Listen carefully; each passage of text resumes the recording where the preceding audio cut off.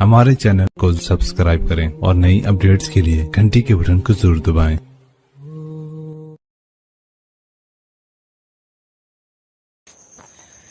बिस्मिल्लाहिर्रहमानिर्रहीम, अस्सलामु अलैकुम वरहमतुल्लाहि वबरकातुहू। नाज़रीन इकराम, आप देख रहे हैं जमजम ग्राफी। गुजरात फाइल्स पसे पर्दा हक़ाइक़ का इंकिशाफ, इसका सिलसिला जारी है।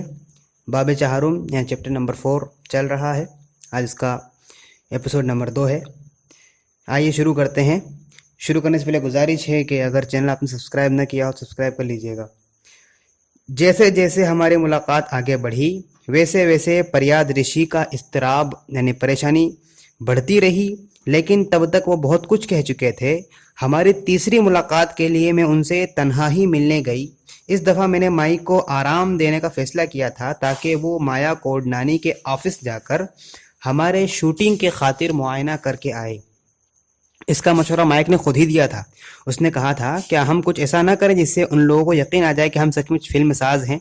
कोडनानी के स्टाफ के लोग उसे गिरदोपेश का मुआयना करवाने के लिए ज़रूरत से ज़्यादा पुरजोश थे, यानी जो लोकेशन था उसका देखने के लिए, उसको परखने के लिए सब उसकी गाइड कर रहे थे। शाम के वक्त माया कोडनानी का एक पैगाम आया, क्या हमें घर की कोई ख़ास जगह दरकार है, यानी हमें कोई ख़ास जगह चाहिए घर की, और क्या इसके हाथ से बने दोपहर के खाने के लिए इतवार को आने में हमें दिलचस्पी होगी। मैंने फ़ौरन ही जवाब लिखकर भेजा, हाँ।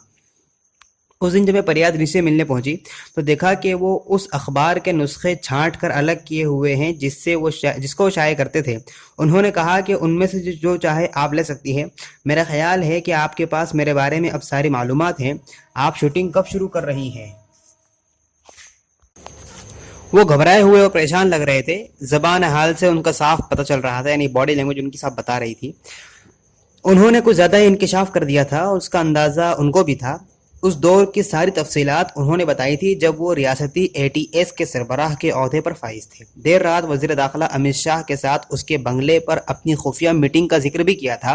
वही अमित शाह जिसने उनसे एक बार हिरासत में मौजूद एक मुलजिम को मार डालने को कहा था। जितनी बार भी मैं राजन फरियाद ऋषि से मिलती थी, मुझे लगता था कि हर बार अपने साथ कुछ मज़ीद लेकर ही वापस लौटती थी, यानी कि उनकी जानकारी में और भी इजाफा होता था। सवाल, यानी यहाँ से उनका इंटरव्यू शुरू हो रहा है राना अय्यूब और फरियाद ऋषि का। सवाल, आपके वज़ीर आला नरेंद्र मोदी यहाँ गुजरात में बहुत मकबूल हैं, बहुत पॉपुलर हैं? जवाब, हाँ, वो लोगों को बेवकूफ़ बनाता है और लोग बेवकूफ़ बन भी जाते हैं। सवाल, अगर ऐसा है तो फिर बतौर एडिशनल DG उसकी मातहती में काम करने में आपको बहुत दुश्वारी हुई होगी। जवाब, कभी कभी होती थी, उनमें इतनी हिम्मत नहीं थी कि कुछ नाजायज़ काम करने के लिए वो हमें मजबूर कर दें। सवाल, ला कानूनियत तो यहाँ आम है ना? कोई सीधा सच्चा अफसर मिलना बहुत मुश्किल है। जवाब, बहुत थोड़े से लोग हैं। ये आदमी नरेंद्र मोदी पूरी यानी रियासत में मुसलमानों के कत्ल का जिम्मेदार रहा है। सवाल, अच्छा, मैंने सुना है कि अफसरान भी हुकूमत ही के हाँ में हाँ मिलाते हैं। जवाब, हाँ, सब के सब, जैसे कि ये PC पांडे, सब कुछ उन लोगों की मौजूदगी में हुआ। सवाल, अक्सर अफसरान कहते हैं कि उनको गलत तरीके से फंसाया गया। जवाब, गलत तरीके से क्या होता है? उन्होंने खुद किया था, इसलिए अब वो सलाखों के पीछे जा रहे हैं। उन्होंने एक नौजवान लड़की को एनकाउंटर में मार डाला था। सवाल, क्या वाकई? जवाब, हाँ, ये लोग उस लड़की को दहशतगर्द कहते हैं। वो मुंब्रा की रहने वाली थी। कहानी रची गई थी कि वो एक दहशतगर्द थी और गुजरात में मोदी को मारने के लिए आई थी। सवाल, जबकि ये बात बेबुनियाद है। जवाब, हाँ, बिल्कुल बेबुनियाद बात है। तो सवाल, मैं जब से यहाँ आई हूँ हर कोई सोहराबुद्दीन एनकाउंटर के बारे में बात कर रहा है। जवाब, पूरा मुल्क इस एनकाउंटर की बात कर रहा है। उन लोगों ने सोहराबुद्दीन और तुलसी प्रजापति को वजीर के इशारे पर रास्ते से हटा दिया था। ये वजीर अमित शाह जो है ना, इसे कभी इंसानी हुकूक से कोई सरोकार नहीं होता था।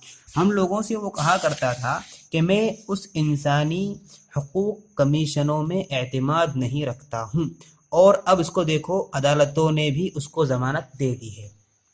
सवाल, तो क्या आपने उसके मातहती में कभी काम नहीं किया? जवाब, किया था। जब मैं एटीएस का सरबराह हुआ करता था, वंजारा को मुंतकिल करा के उसकी जगह मुझे लाया गया था। और मैं एक ऐसा आदमी हूँ जो इंसानी हकूक में एतमाद रखता हूँ, यानी ह्यूमन राइट्स में एतकाद रखता हूँ।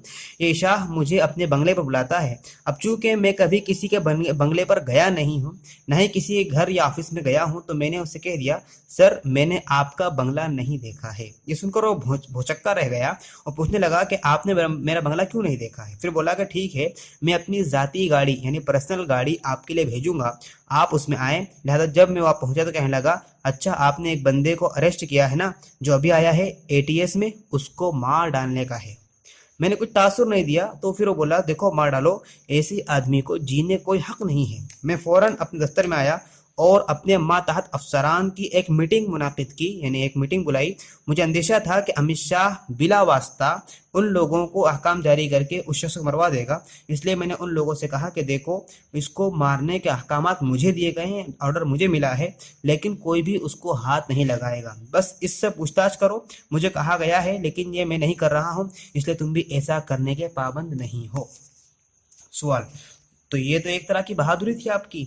जवाब, जिस दिन मैं सबकदोश हो रहा था, नरेंद्र मोदी ने मुझे बुलाकर पूछा कि अब क्या करने का इरादा है। सबकदोश मतलब रिटायर हो रहे थे, उस दिन पूछा।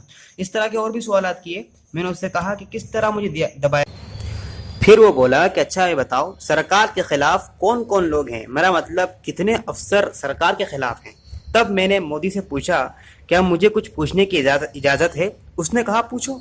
मैंने पूछा, पिछली 2 दहाइयों में, यानी 2 दहाइयों 20 सालों में मुख्तलिफ हैसियतों से मैंने अपनी खिदमत अंजाम दी हैं, यानी मैंने अपनी सर्विस पूरी की है। क्या मेरे खिलाफ आपने कभी कुछ भी सुना है? उसने कहा कि मैं बहुत अच्छा काम करता हूँ। लिहाजा मैंने कहा, सर अगर ऐसा है तो पिछले 4 सालों से मेरे ACR को खुद मेरे सीनियर अफसरान और दाखिला सेक्रेटरी ने ज़बरदस्त और मुमताज़ करार दिया है, और तो फिर आपने उन ACR का दर्जा क्यों घटा दिया? मेरी कारकर्दगी को आपके ज़रिए कमतर क्यों गर्दाना गया, यानी आपने मुझे कम क्यों समझा? मैंने उससे कहा कि मैंने ये सारी मालूमात RTI के ज़रिए यकजा की है, यानी RTI के ज़रिए पूछी है और उसको इकट्ठा किया है। उसके हाथों के तोते उड़ गए। उसने कहा कि मैं अपने अफसरान और दाखिला सेक्रेटरी को फ़ोन नहीं करता हूँ। मैंने कहा, सर आपको दाखिला सिक्योरिटी को फ़ोन करने की ज़रूरत भी नहीं है, आपको सब पता था क्योंकि फ़ाइल आपके पास आई थी। दरअसल मैं DG बन सकता था, लेकिन उसने मुझे बनने नहीं दिया। सवाल, तो आपकी रियासत में कोई DG क्यों नहीं? जवाब, क्योंकि कुलदीप शर्मा नामी एक अफसर से मोदी को इंतकाम लेना है। सवाल, और मुझे बताया गया है कि उसके पास अफसरान की अपनी एक टीम है। जवाब, आप जानती हैं जब मैं राजकोट का IGP था तो जूनागढ़ के पास फिरका वाराना फसादात हो गए थे, यानी सामुदायिक दंगे हो गए थे। मैंने कुछ लोगों के खिलाफ FIR दर्ज की है। वज़ीर दाखिला ने फ़ोन करके मुझे कहा कि राजन जी आप कहाँ हैं? मैंने कहा, सर मैं जूनागढ़ में हूँ। तो उसने कहा, अच्छा तीन नाम लिखिए और इन तीनों को गिरफ्तार कीजिए। मैंने कहा, सर ये तीनों मेरे सामने बैठे हैं और मैं आपको बता दूं सर ये सब मुसलमान हैं और उन्हीं के से हालात को मामूल पर लाया जा सका है, और यही वो लोग हैं जो हिंदू और मुसलमान दोनों को अपनी कोशिशों से साथ लाए हैं और फसादात खत्म करवाए हैं। तो उसने कहा कि देखो CM साहब ने कहा है, और वो यही आदमी यानी नरेंद्र मोदी CM था। उसने मुझसे कहा कि ये CM का ऑर्डर है। मैंने कह दिया कि सर अगर ये CM का ऑर्डर हो तब भी मैं ये नहीं करूँगा, क्योंकि ये तीनों के तीनों बेकसूर हैं। सवाल, फ़ोन पर आपसे कौन बात कर रहा था उस वक्त? जवाब, वज़ीर दाखिला गोवर्धन जदाफिया था। सवाल, ये कब की बात है? जवाब, तकरीबन जुलाई 2002 की बात है। फिर जदाफिया ने कहा था कि वो खुद ही आएगा। सवाल, तो ये लोग कौन थे? जवाब, अरे वो अच्छे लोग थे, मुसलमान थे, वो लोग जो असल में फसादात ख़त्म करवाने में मदद कर रहे थे। मेरी जगह अगर कोई और होता तो वो उन लोगों को गिरफ्तार कर भी लेता। सवाल, सिंघल के बारे में आप ही क्या राय है? उसी ने आपसे बात करने के लिए कहा था। जवाब, मैं उसका बॉस था, अभी वो ATS में है, डिप्टी SP के तौर पर मेरी मातहती में काम करता था। सवाल, तो किन लोगों ने उसकी मातहती में काम किया है? जवाब, जो लोग जेल में हैं उनमें से मसलन वंजारा उसकी मातहती में था। जब मैं बॉर्डर रेंज का IG था तो उन्होंने मेरी बदली करवा दी, क्योंकि उन्हें वंजारा को लाना था।